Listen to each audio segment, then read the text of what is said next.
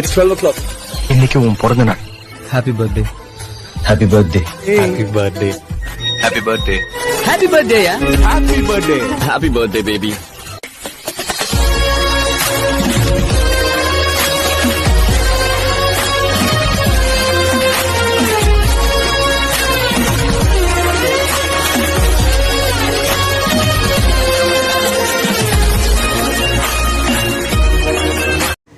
அகர முகல எழுத்தெல்லாம் ஆதி பகவன் முகற்றே உலகு.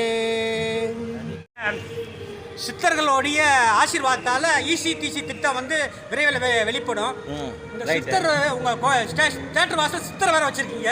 அவரோட ஆசீர்வாதம் உங்களுக்கு பரிபூர்ணமாக கிடைக்கும். திருவள்ளுவர் இந்த சித்தர் இருக்கார இவர் ஒருத்தரே போதும் இந்த தமிழ் சினிமாவை வாழ வைக்கிறார். மீண்டும் தமிழ் சினிமா 1977 ரிலீஸ் ஆன நடிகர் திலகம் சிவாஜி கணேசனுடைய தீபம் திரைப்படம், இசைஞான இளையராஜாவுடைய இசையில் வெளிவந்த திரைப்படம்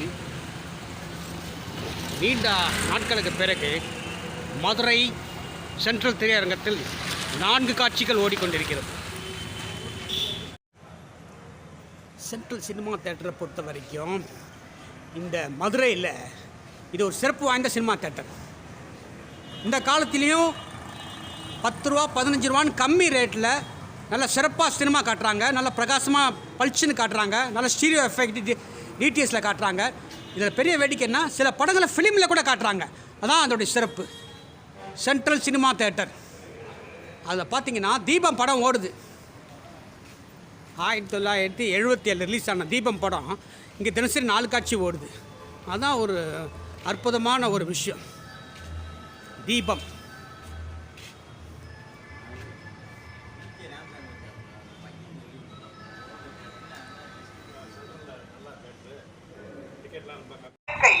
ஒட்டுமொத்த சினிமா ஹீரோக்களிடமிருந்து முற்றிலும் மாறுபட்டிருப்பதுதான் காரணமாக இருக்கிறது. ஆதிவேலிடம் ஏதோ ஒரு விசேஷ ஆன்மீக சக்தி இருக்கிறது. இவரிடம் பேசும் பொழுது ஒரு யோகியிடம் பேசுவது போன்ற உணர்வை நம்மால் தவிர்க்கவே முடியாது. அதோடு பக்குவப்பட்ட சினிமா ஹீரோக்களையும் கடந்த ஜீவனுள்ள உடல் மொழிகளையும் பாவனைகளையும் இவரிடம் பார்க்க முடிகிறது. எல்லாவற்றிற்கும் மேலாக இன்று தமிழ் திரையுலகை உருக்கலைந்து வைத்துக் கொண்டிருக்கும் ஆன்லைனில் படம் பார்ப்பது, நெட்டில் படம் பார்ப்பது, திருட்டு டிவிடி இவைகளை கட்டுப்படுத்தாமலே அதை காணாமல் செய்ய முடியும் என்று அதிசய தகவலை நம்மிடம் கூறுகிறார். இதை நாம் அவர் கட்டுப்படுத்தாமலே அதை காணாமல் செய்ய முடியும் என்று அதிசய தகவலை நம்மிடம் கூறுகிறார். மேலும் திரையுலகின் வேறு சில பிரச்சனைகளை தீர்ப்பதற்கான வழிகளையும் அனாவசியமாக சொல்கிறார். இதுவே இந்த யோகவழி ஆதிவேலின் மீது விசேஷ பார்வை கோலிவுட் வட்டாரம் செலுத்த காரணமாக இருக்கிறது. இவர் கலை, இலக்கியம், நாடகம், ஓவியம், சினிமா போன்ற ரசனை மிகுந்த விஷயங்களில் சிறந்து விளங்குபவராக இருப்பதுதான் அந்த மற்றொரு அதிசயம். இங்கே ரசனைக்கு உச்சக்கட்ட துறை என்றால் அது சினிமா தானே.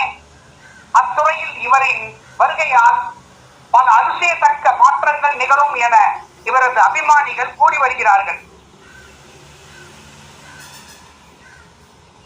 இசிடிசி எவர் கிரவுட் தியேட்டர் சினிமா தியேட்டர்களில் என்றென்றும் கூட்டம் நிரம்பி வழியும் எவர் கிரவுட் தியேட்டர் சினிமா.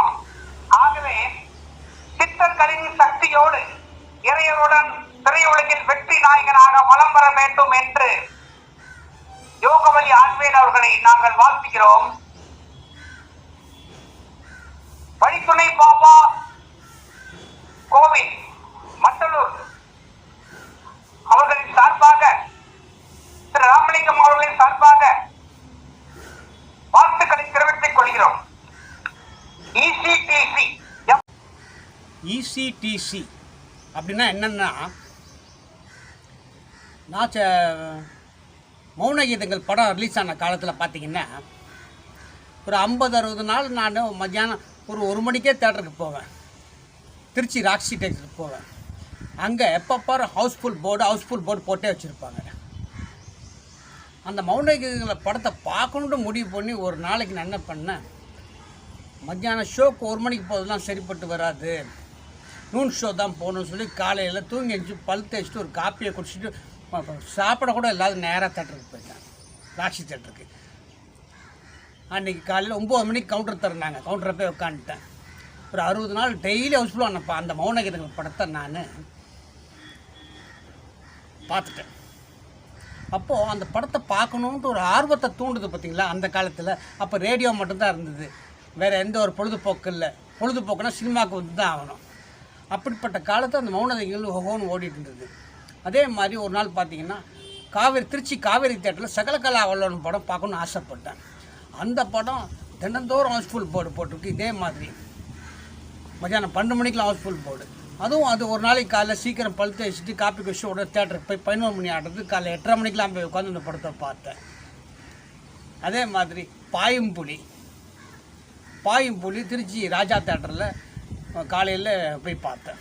ஸோ எதுக்கு சொல்ல வரேன்னா, இப்போ ECTC திட்டம் அப்படின்னு எவர் க்ரௌட் தேட்டர் சினிமா அப்படின்னா இந்த மாதிரி சினிமாவை நம்ம பார்க்கணுன்னு ஒரு ஆசையை தூண்டக்கூடிய ஒரு நூதன திட்டமாக இருக்கும் என்று